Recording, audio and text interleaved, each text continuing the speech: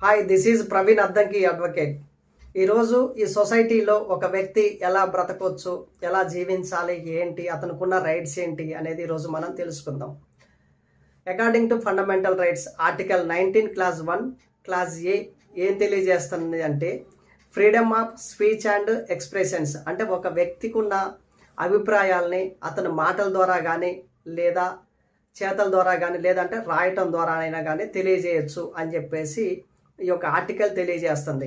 అంటే ఈ యొక్క రాజ్యాంగం మనకు కల్పించిన హక్కు ఏంటంటే ఈ యొక్క రాజ్యాంగంలో ఏ వ్యక్తి అయినా సరే, ఈ భారతదేశంలో ఏ వ్యక్తి అయినా సరే తనకి నచ్చిన లైఫ్ని బ్రతకొచ్చు, అతనికి నచ్చినట్టు ఉండొచ్చు.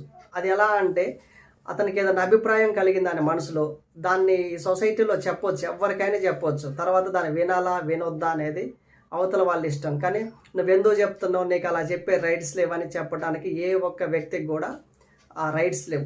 ఇన్ కేస్ ఎవరన్నా నువ్వు అలా చెప్తున్నావు, నువ్వు ఇంకోసారి చెప్పొద్దు, ఈ ఏరియాకి వచ్చి నువ్వు చెప్పొద్దు అని చెప్పేసి ఎవరన్నా చెప్తే వాళ్ళ మీద కేసులు కూడా ఫైల్ చేసే రైట్స్ ఈ యొక్క ఆర్టికల్ 19 ద్వారా ఉంటుంటాయి.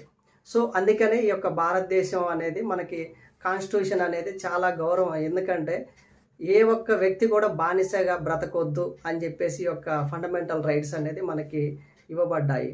సో ఎవరైనా సరే ఈ యొక్క ఫండమెంటల్ రైట్స్ని తెలుసుకొని లీగల్గా ప్రొసీడ్ అవ్వండి.